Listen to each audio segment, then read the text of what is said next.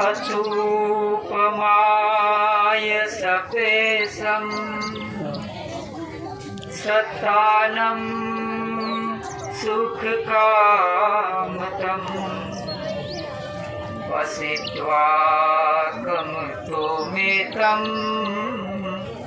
सब सत्तेषु भावये सुखी भवेयं निदुःखो अहं नित्यम् अहं हिता च मे सुखी होन्तु मजता जयरिनो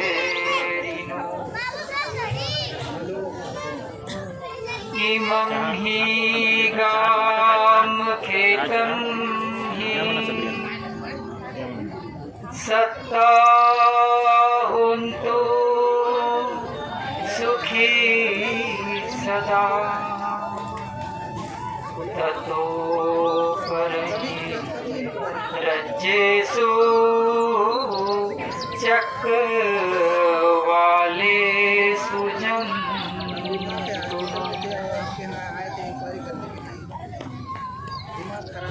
विश्व वंदनीय महाकारुणिक भगवान तथागत सम्यक संबुद्ध के चरणों में पंचांग प्रणाम करता हूँ।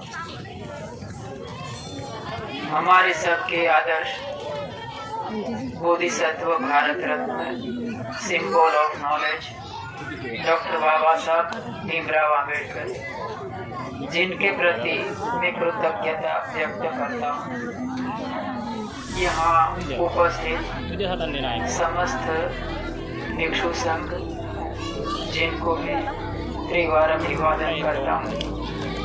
यहाँ उपस्थित श्रद्धावान उपासक एवं उपासिकाएं,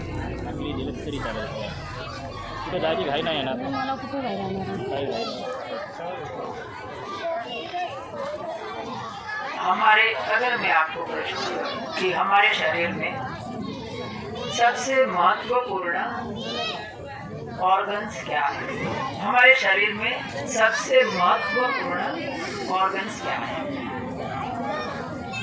दो जवाब आ सकते हैं। कौन सा ऐसा हमारे शरीर में अंग है कि जो सबसे ज्यादा महत्वपूर्ण है? हार्ट है। हार्ट है ना। डॉक्टर अगर आदमी जिंदा है कि मर गया तो क्या चेक करेगा? हार्ट बीट चेक करेगा। दूसरा भी एक ऑर्गन है जो बहुत महत्वपूर्ण है। क्या है? हमारा ब्रेन, मगज। तो ये दो चीज हमारे शरीर में बहुत महत्वपूर्ण है। तो बस धम्म है, धम्म का क्षेत्र भी ऐसी दो चीजों पर अवलंबित है। दो बातें धम्म के क्षेत्र में बहुत महत्वपूर्ण है। एक मन से पैदा होती है, एक हार्ट से पैदा होती है। तो मन से क्या पैदा होता है? मन से क्या पैदा होगा? सम्यक संकल्प। हमारा ब्रेन संकल्प के अधीन होता है। हम जब भी कोई निर्णय करते हैं, कोई संकल्प लेते हैं, तो कहाँ पैदा होता है? मन में होता है। हम मन से संकल्प लेते हैं। हाँ। कोई अधिष्ठान लेते हैं, हमारी वीर्य पारमी है, उसका आधार हमारा ब्रेन होता है, मन होता है। और दूसरा क्षेत्र है मैत्री का। मैत्री निवास करती है हार्ट में। मैत्री कभी दिमाग से नहीं होती, याद रखिए। मैत्री कभी दिमाग से नहीं होती, हार्ट से होती। तो ये दो अंग है, अगर बराबर समान है तो ही हम धम्म का मार्ग का प्रतिपादन कर सकते हैं। इसीलिए तो अगर आप ध्यान करते हैं, आनापान करते हैं, विपश्यना करते हैं, कुछ भी करिए, लेकिन उसके बाद मैत्री आता है। मैत्री में क्या करना है? लोगों के प्रति बहुत ही मंगल कामना करना है। कहाँ से करना है? दिमाग से नहीं, दिमाग से नहीं होता। मैत्री कभी दिमाग से नहीं होता, दिमाग से नहीं होता, हार्ट से होता। मैत्री हार्ट से होता। पहला जो पहलू है, जो हमारा मगज के ऊपर आधारित है, जो संकल्पाधीन है, वो जो जिसका हम प्रतिपादन करते हैं, हम अध्ययन करते हैं ना, कोई लोग आनापान विपश्यना का ध्यान करते हैं, वो सब हमारे दिमाग यानी तर्क से पैदा होता है। तो जब तक सवाल है हमारे दिमाग का, तो भगवान बुद्ध का धम्म है, उसका बेस हमें आना चाहिए। बेस का अर्थ होता है नींव। जैसे कि ये मकान पीछे खड़ा है, तो मकान का आधार किसके ऊपर है? उसकी नींव के ऊपर है। ये पेड़ है, हम जितने भी पेड़ देख रहे हैं वो बाहर तो सुंदर दिखते हैं, लेकिन उसका आधार क्या है? उसकी जड़ें हैं। तो जड़ उसकी नींव है, वो बहुत मजबूत होती है। अगर वो जड़, वो नींव मजबूत है, उसी के ऊपर इमारत का सर्जन होता है। अगर जड़ मजबूत नहीं है तो इमारत है वो कभी भी गिर सकती है। तो हम धम्म का प्रतिपादन करते हैं, है ना, धम्म का प्रतिपादन करते हैं, लेकिन अभी तो हम बेबी स्टेप बढ़ रहे हैं ना, हम सब बेबी स्टेप ले रहे हैं। हमें धम्म का परिपूर्ण ज्ञान नहीं है, तो हमें बेसिक ज्ञान कौन सा होना चाहिए? धम्म का बेसिक ज्ञान कौन सा होना चाहिए? ये बात कर रहा हूँ मैं, दिमाग, तर्क की बात कर रहा हूँ। तो भगवान बुद्ध का धम्म का बेसिक नींव क्या है? तो हम सब जानते हैं ना, त्रिशरण, पंचशील, आर्य अष्टांगिक मार्ग, 10 पारमिता, ये सब जो चीजें हैं वो भगवान बुद्ध का धम्म का बेस है। सब उपासक उपासिकाओं को ये बात अवगत होना चाहिए। पहला है त्रिशरण पंचशील। तो शील जब हम ग्रहण करते हैं, आप जानकर आप अपने आप से पूछिए, अपने आप से हार्ट के ऊपर हाथ रख के पूछिए, क्या मैं पंचशील का पालन करता हूँ? क्या मैं पंचशील का पालन करता हूँ? बहुत कठिन चीज है। जो पंचशील का पालन करेगा वो निहाल हो जाएगा। तो ये बेस है भगवान बुद्ध का। पहला ये त्रिशरण पंचशील। शरण जब भी हम जाते हैं तो शरण क्या है? शरण को हम समझ नहीं पाते। शरण का अर्थ हो कि मुझे नहीं पता, आप बताइए। शरण का अर्थ होता है, हम शरण कभी लेंगे? बताइए। शरण हम तभी लेंगे कि जब हमको मालूम नहीं है, हम कमजोर है, तभी लेंगे ना। जैसे कि कोई आदमी के पास दिव्यांग है, अर्थात पैर नहीं है, तो वो क्या किसका सहारा लेगा? बैसाखी का सहारा लेगा ना, बैसाखी का। तो बैसाखी का सहारा क्यों लेता है? वो शरण है, उस चल नहीं पाता ना। तो हमने शरण तो लिया, बुद्धं शरणं गच्छामि, धम्मं शरणं गच्छामि, संघं शरणं गच्छामि। लेकिन अगर हम तर्क करेंगे, हम तर्क करते हैं ना कि ऐसा हो सकता है, ऐसा नहीं होना चाहिए, भगवान बुद्ध ने ये कहा है वो गलत है, ये कहा है वो सही है। अगर ऐसा मन में सवाल पैदा होता है तो समझिए कि अभी तक हमको सब कुछ आता है। हम ऐसा मानते हैं कि मुझे सब मालूम है, फिर शरण लेने का जरूरत नहीं। त्रिपिटक में आपको मालूम हो तो बताऊं, त्रिपिटक में 3 हिस्से हैं। त्रिपिटक में विनय पिटक, शुद्ध पिटक और अभिधम्म पिटक है। उसके भी 3 हिस्से हैं। पहला मूल त्रिपिटक है, याद रखें, पहला मूल त्रिपिटक है। उसके बाद आता है अट्ठकथाएं आती है, और उसके बाद टीकाएं आती है। तो अगर आप मूल त्रिपिटक पर भी संशय करते हैं तो समझिए कि आप बुद्धिस्ट नहीं है। फिर ऐसा कह सकते हैं कि आपको सब कुछ मालूम है, फिर शरण लेने की जरूरत ही नहीं। तो ये जब भी हम शरण लेते हैं तो याद रखना कि मुझे नहीं मालूम है। अज्ञानता का स्वीकार करना ज्ञान के क्षेत्र में प्रवेश करने की पहली शर्त है। अज्ञानता का स्वीकार करना ज्ञान के क्षेत्र में प्रवेश करने की पहली शर्त है। इसीलिए कहीं पर भी जाएंगे ना तो प्रश्न पूछने, प्रश्न उठना इस बात की निशानी है कि आपने सही तरीके से सुना है।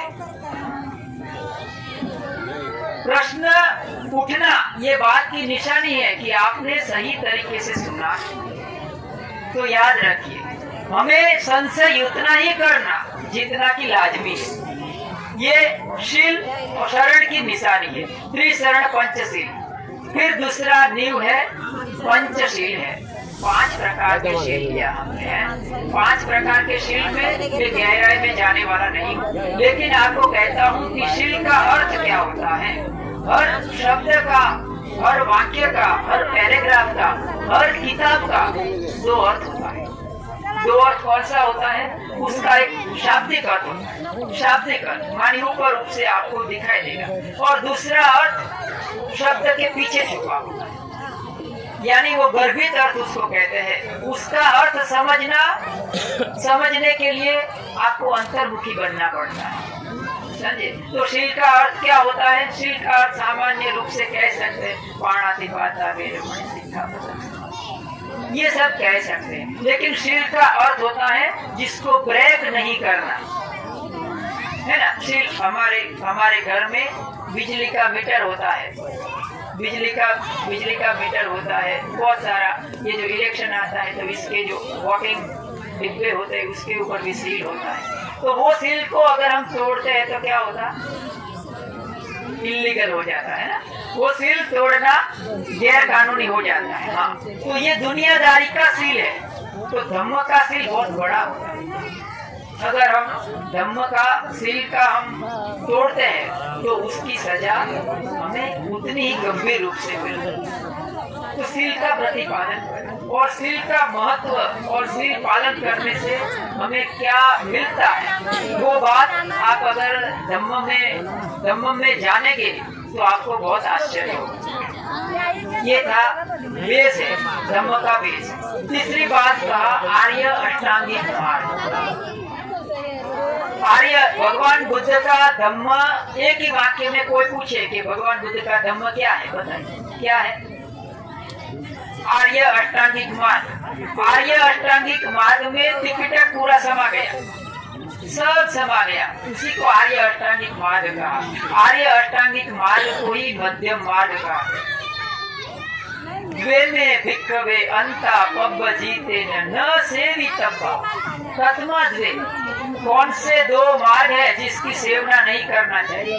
तो भगवान कहते हैं कि कामेसु कामसु खल्लिकानु योगो हीनो गम्मो को तुज्य नीको अनर्यो अनर्थ सही। बराबर, मध्यम मार्ग की बात हो रहा है कि मध्यम मार्ग क्या है। हमें 2 अंत की सेवना नहीं करना। क्या नहीं करना? तो बोला बहुत मौज मस्ती। अभी देखो, अभी थोड़े समय पहले, यहाँ तो इतना नहीं है, हमारे उधर गुजरात में नवरात्रि चलता है, मौज मस्ती, बस खाओ पियो नाच करो गाना गाओ, बहुत मौज मस्ती चलता है। वो धर्म नहीं है। बराबर याद रखिएगा, कोई भी त्योहार है वो धर्म के तरफ संकेत नहीं करता है। मौज मस्ती, नाचना गाना, मनोरंजन धर्म का पर्याय नहीं है। धर्म नहीं हो सकता, अधर्म होता है। धर्म हमेशा गंभीर होता है। धर्म का स्वरूप नीरस होता है। देखिए इधर बैठे हैं ना लोग, आप हकीकत में धन्यवाद के पात्र हैं। क्यों? यहाँ आपको बहुत मुश्किल से खाना मिला, ठीक है, वो तो बड़ा कार्यक्रम था इसीलिए खाना मिला है।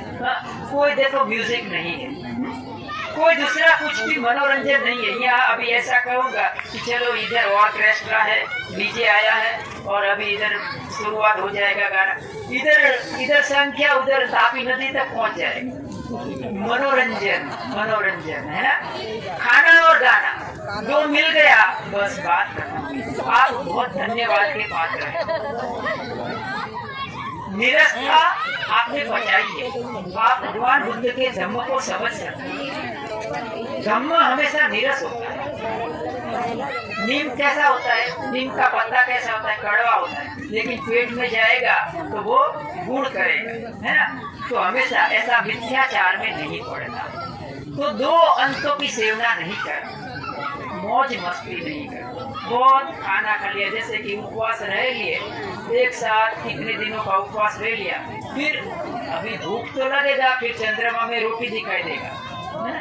तो आदमी भूखा रहता है नहीं। भगवान बुद्ध ने कहा द्वे में भिक्खवे अंता पब्बजी को न सेवितब्बा। 2 अंतों की सेवना मत करो, बहुत सारा मौज मस्ती भी मत करो और बहुत शरीर का काया क्लेश भी मत करो। काया क्लेश करने का अर्थ है बहुत शरीर को सूखा देना और नहीं खाना, उपवास करना। ये दो अंत है, उसकी सेवना नहीं करना।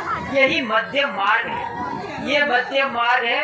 वही आपको धम्म की अंतिम अवस्था निर्वाण रूपी मंगल प्राप्ति तक ले जाएगी। किसी ने मुझे प्रश्न किया था कि मध्यम मार्ग है भगवान बुद्ध का, तो कोई मार्ग पर हम चलते हैं, रोड होता है, अभी इधर रोड आएगा बड़ा हाईवे, तो जब भी हम रोड पर चलते हैं तो हम मध्य में तो नहीं चलते हैं, हम साइड में चलते हैं, एक किनारे चलते हैं। अगर मध्य में चलेंगे तो क्या होगा, अकस्मात हो जाएगा, कोई हमें अकस्मात कर देगा, हमारा हाथ टूट जाएगा, पैर टूट जाएगा।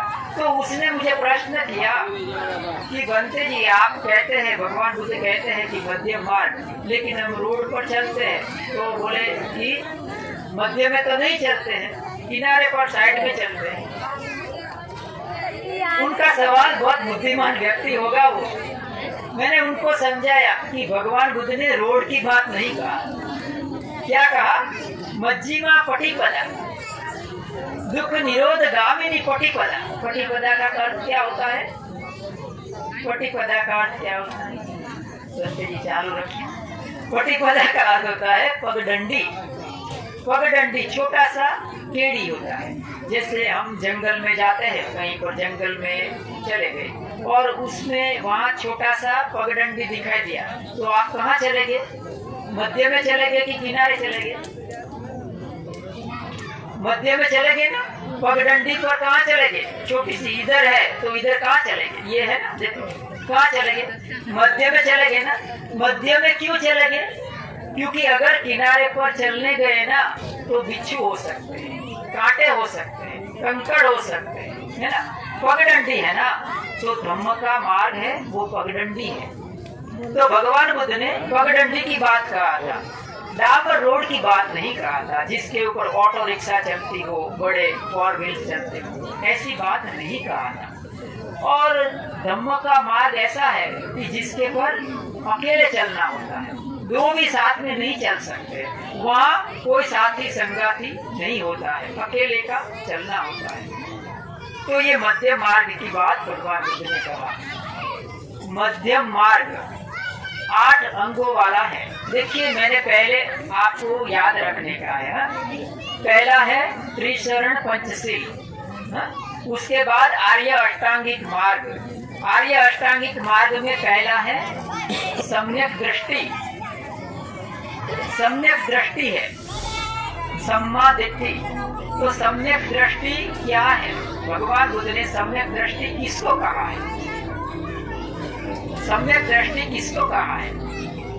सम्यक दृष्टि का अर्थ होता है दर्शन, जिसको हम कहते हैं ना फिलोसॉफी, जिसको हम फिलोसॉफी कहते हैं। दर्शन, सम्मा का अर्थ होता है सम्यक, सम्यक का अर्थ है ठीक ठीक। तो सम्यक दर्शन क्या है, भगवान बुद्ध का कहना है कि जो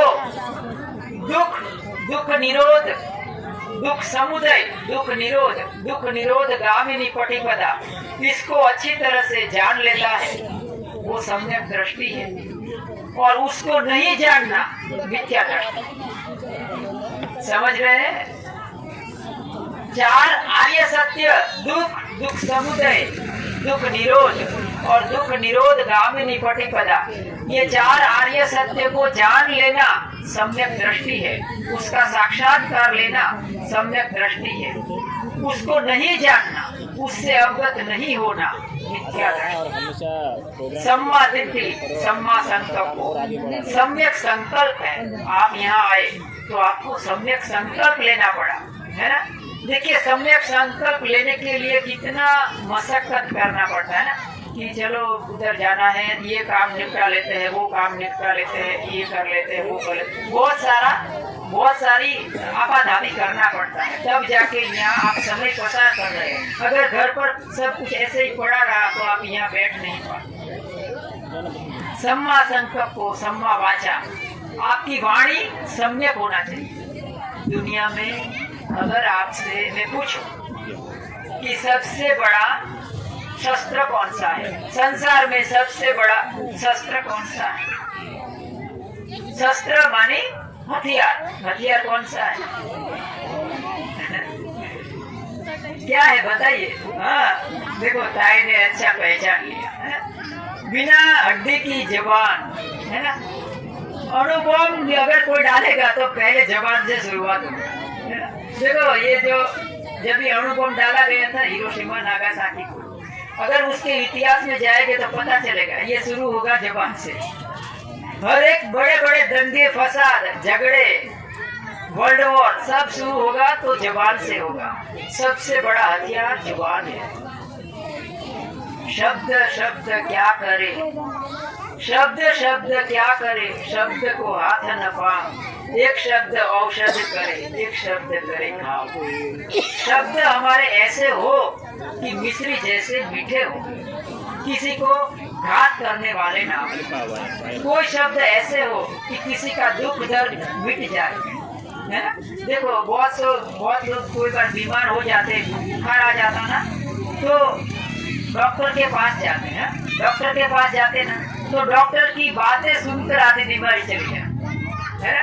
क्योंकि डॉक्टर ऐसी वाणी बोलता तो उसकी बीमारी चली जाए। तो वाणी हमारी कैसी होनी चाहिए?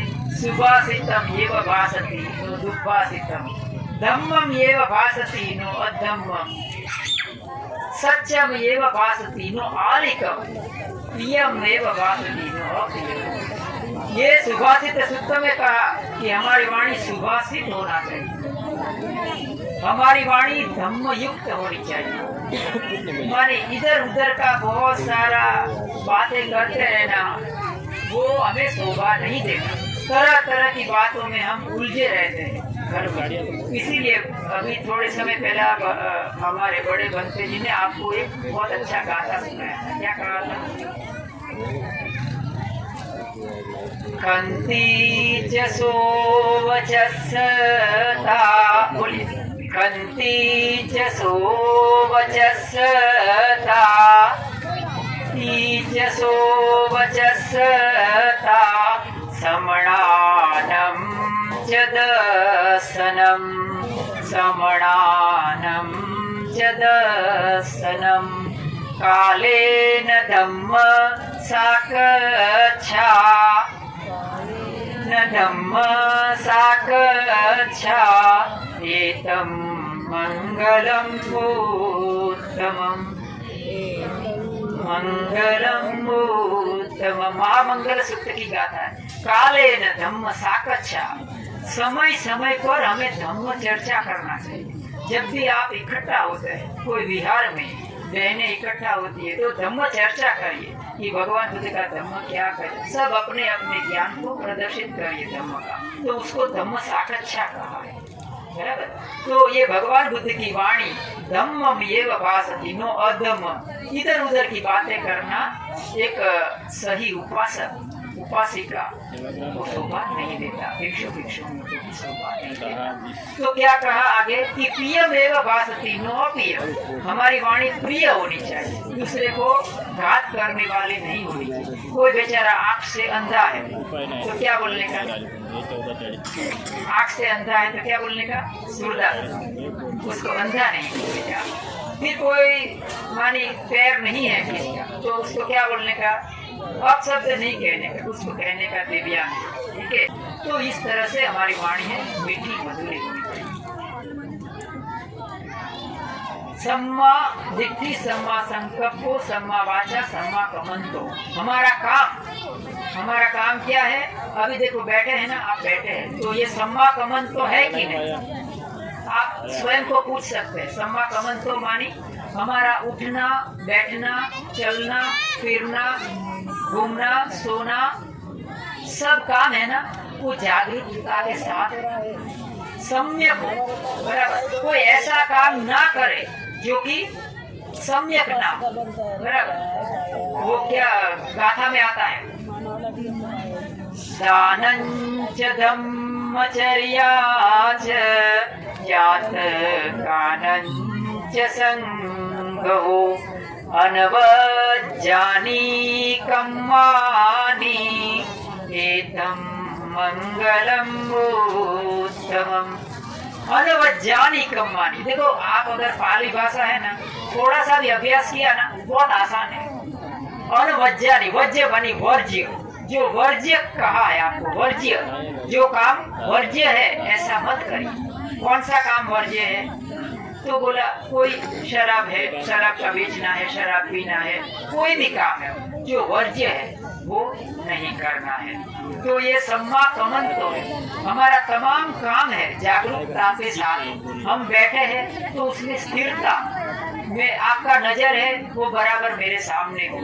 बंते जी क्या बोल रहे हैं? इधर से गया इधर निकाल मत दो, इधर से डाल के सीधा अंदर उतरना चाहिए।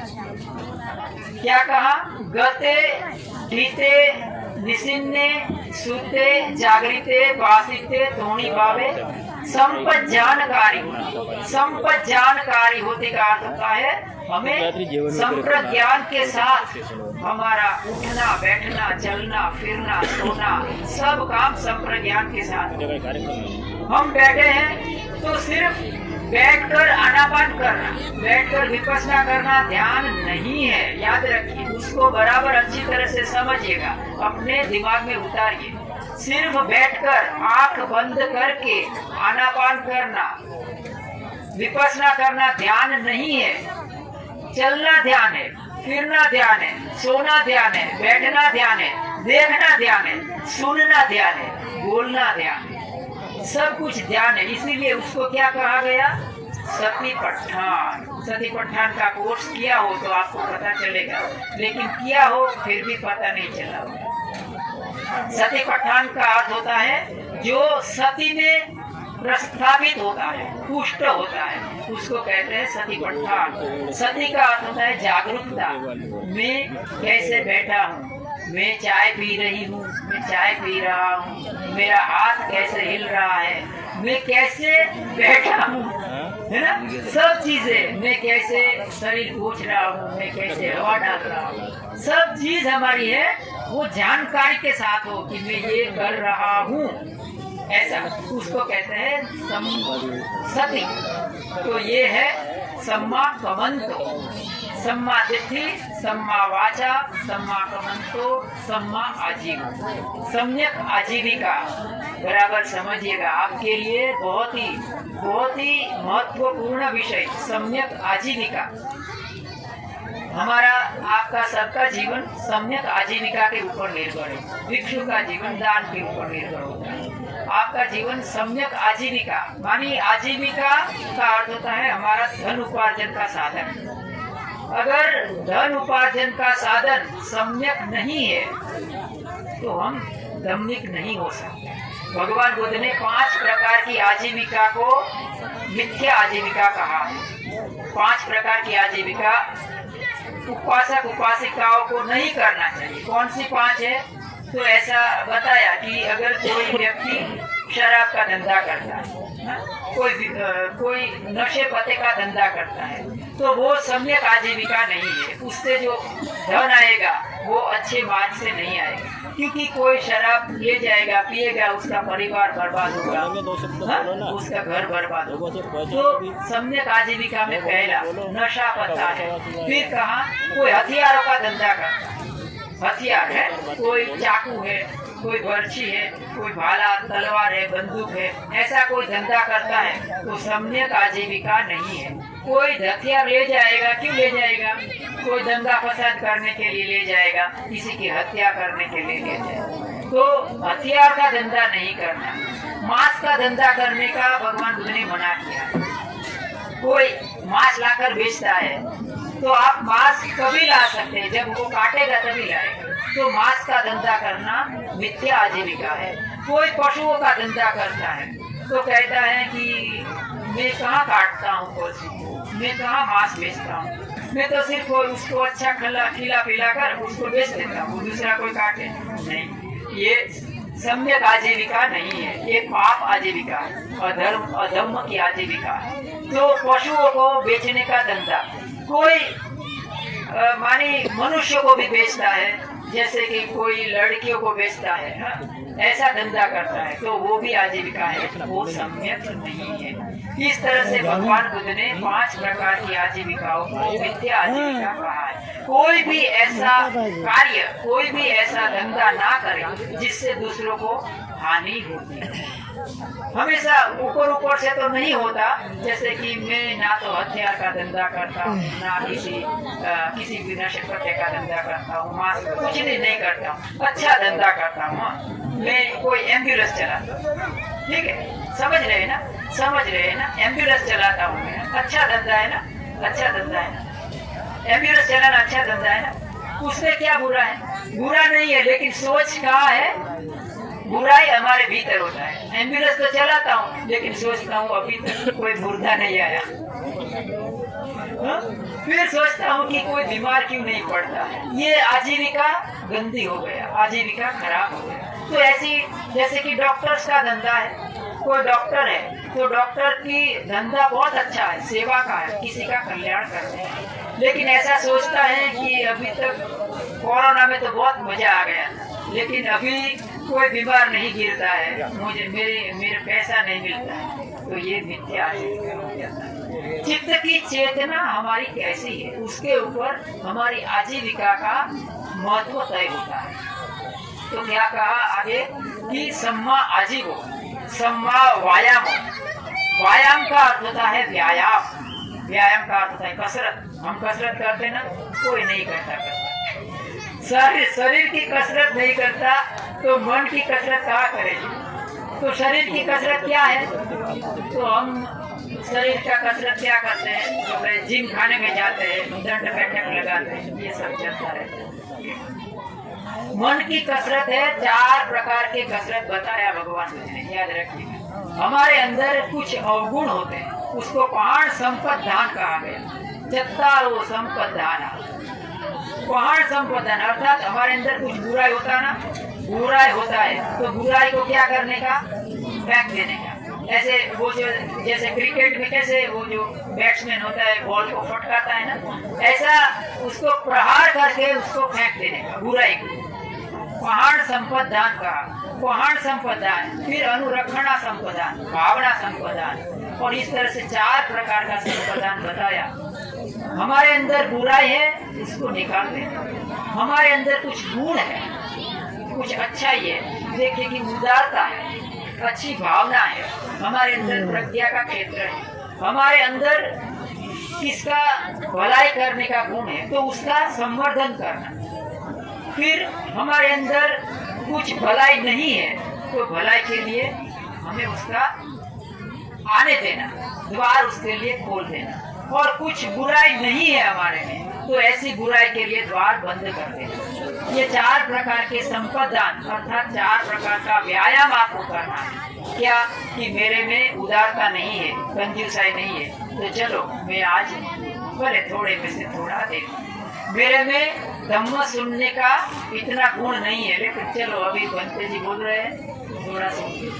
इस तरह से उसको कहते हैं संपदान, 4 प्रकार का व्यायाम। सम्मा दिट्ठी, मेरे साथ साथ बोलना, सम्मा दिट्ठी, सम्मा दिट्ठी, सम्मा संकल्पो, सम्मा वाचा, सम्मा कमंतो, सम्मा आजीवो, सम्मा सती, सम्मा सती। सम्मा सती का अर्थ होता है सजगता। जैसे मैंने अभी बताया ना थोड़े समय पहले, सती का अर्थ होता है सजगता। हम जागरूकता पूर्वक, ये जितने भी अकस्मात होते हैं ना रास्ते पर, वो क्यों होते हैं? रास्ते पर अकस्मात क्यों होते हैं? Because lack of the mindfulness. सत्य संप्रज्ञान के अभाव के कारण अकस्मात होते हैं। तो अगर हम भगवान बुद्ध का धम्म का प्रतिपादन करेंगे तो अकस्मात नहीं होगा। यहाँ भी बैठे हैं तो मैं कैसे बैठा हूँ, मैं कैसे बैठी हूँ, मैं कैसे बात कर रही हूँ, मैं कैसे सुन रहा हूँ, मैं कैसे सुन रही हूँ, मैं कैसे देख रहा हूँ, मैं कैसे देख रही हूँ, मेरे हाथ कैसे पड़े हैं, ये सब संप्रज्ञान है। तो उसको कहा सम्मा सती, बराबर। ये जागरूकता अगर बिगड़ जाती है, सम्यक नहीं होती, मिथ्या हो जाती है। जागरूकता तो बहुत होती है, देखिए जागरूकता सम्यक भी होती है और असम्यक भी होती है। देखिए, दो काम है ना, हमेशा एकांत में होता है। कौन सा? पाप कर्म भी एकांत में होता और पुण्य कर्म भी एकांत में। अगर पुण्य कर्म एकांत में होता है तो ही पुण्य कर्म बनता है। पुण्य कर्म का शो ऑफ नहीं होता, हंगामा नहीं होता। पाप कर्म भी एकांत में होता ना। देखिए, सती का अर्थ होता है माइंडफुलनेस, जागरूकता। एक चोर होगा ना, चोर आपसे ज्यादा सजग होगा। चोर की कितनी आंखें होती हैं? चोर की आंखें कितनी होती? 4 होती, आपकी 2 होती। वो सब तरफ देखेगा, किधर से कोई देखता नहीं है, किधर से कोई देखता। हर इंसान, जो भी खराब काम करेगा उसकी आंखें 4 रहेगी, देखेगा, सब बहुत सजग रहेगा। लेकिन ये सजगता, ये माइंडफुलनेस वो सम्यक नहीं है। ये सजगता नहीं है, ये सतर्कता है। उसको सतर्कता कहते हैं। सतर्कता का अर्थ क्या होता है? कि कोई मुझे हानि ना कर जाए। क्या? सतर्कता का अर्थ होता है कोई मुझे हानि ना कर जाए। जैसे कि ये बाउंड्री है ना हमारा देश का, उसके ऊपर सैनिक रक्षा करते हैं, तो वो क्या है? सतर्क है, सजग नहीं है। याद रखिए, उसका इंटेंशन क्या है? कोई मुझे हानि ना कर जाए। और एक भिक्षु है, एक उपासक उपासिका है सम्यक, तो उसका इंटेंशन क्या होता है? मेरे से किसी को हानि ना हो जाए, मेरे से ऐसा काम ना हो जाए कि दूसरों की हानि हो। ये सम्यक सती, सम्यक सजगता, सम्यक जागृति। और अंतिम है सम्मा समाधि। समाधि का अर्थ होता है एकाग्रता। उसको सीधी सादी भाषा में एकाग्रता कहते हैं। देखिए, धम्म का सबसे महत्वपूर्ण पहलू है एकाग्रता। अगर आपने एकाग्रता से ये बात सुनते ना तो आप निहाल हो जाते, बहुत निहाल हो जाते। एक सुनना एक मेडिटेशन है, सुनना एक ध्यान है। आप बैठे, शांति से बैठे, मेरे सामने देखते रहे और सुनना कि एक एक शब्द को आप उसका पान करें, तो उसको सुनना कहते हैं। समझे? तो धम्म को जितना आप गहराई से सुनेंगे उतना ही आपके मन में प्रश्न खड़े होंगे,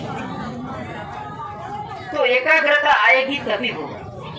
तो दुनिया का कोई भी फील्ड पकड़ लीजिए, यहाँ बहुत सारे लोग बैठे हैं, तो कोई किसी न किसी फील्ड में माहिर होते हैं।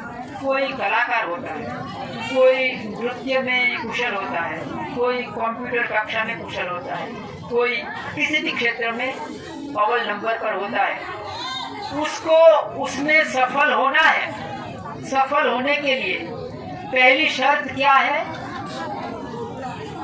ओलंपिक में किसी को गोल्ड मेडल लाना है तो उसके लिए पहली शर्त क्या है? एकाग्रता।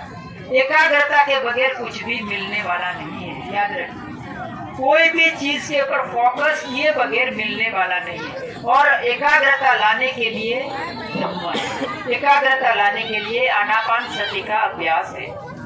किसी को कहा सम्मा सती, सम्मा समाधि। समाधि होती है लेकिन कैसी होनी चाहिए? सम्मा का अर्थ होता है सम्यक।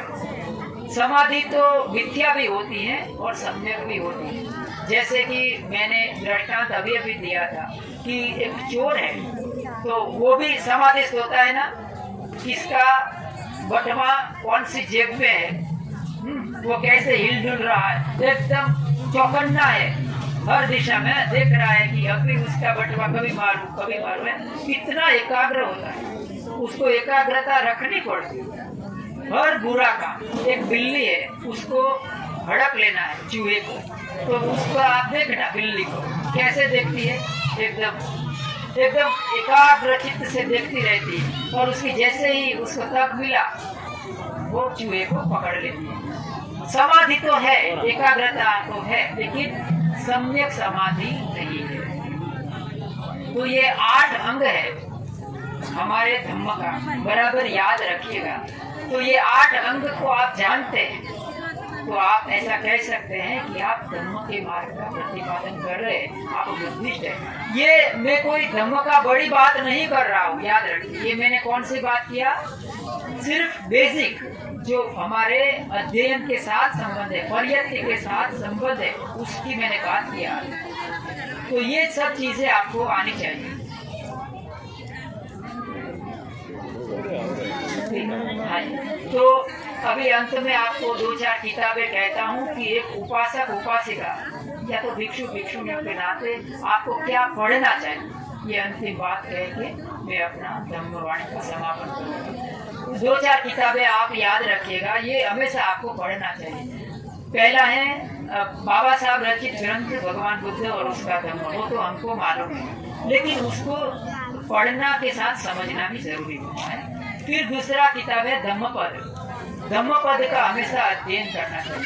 तीसरा है सुत्त निपात, सुत्त निपात का आपको अध्ययन करना चाहिए। याद रखिए जितनी भी ये गाथा है ना, जैसे कि महामंगल सूत्र है, कर्णयमेत्र सूत्र है, रत्न सूत्र है, ये सब सुत्त निपात का हिस्सा है। तो सुत्त निपात का अध्ययन करना। और एक बहुत महत्वपूर्ण किताब है मिलिंद प्रश्न, मिलिंद प्रश्न का सब उपासक उपासिकाओं को नहीं रखता हूँ। आप सबने मेरी छोटी सी नम्रता को आपने बहुत गंभीरता से सुना, ध्यान से सुना। आप सबका बहुत बहुत धन्यवाद। सबका मंगल हो, सबका मंगल हो, सबके जीवन में सुख शांति आए। हमारे पुण्य कर्म में आप सब भागीदार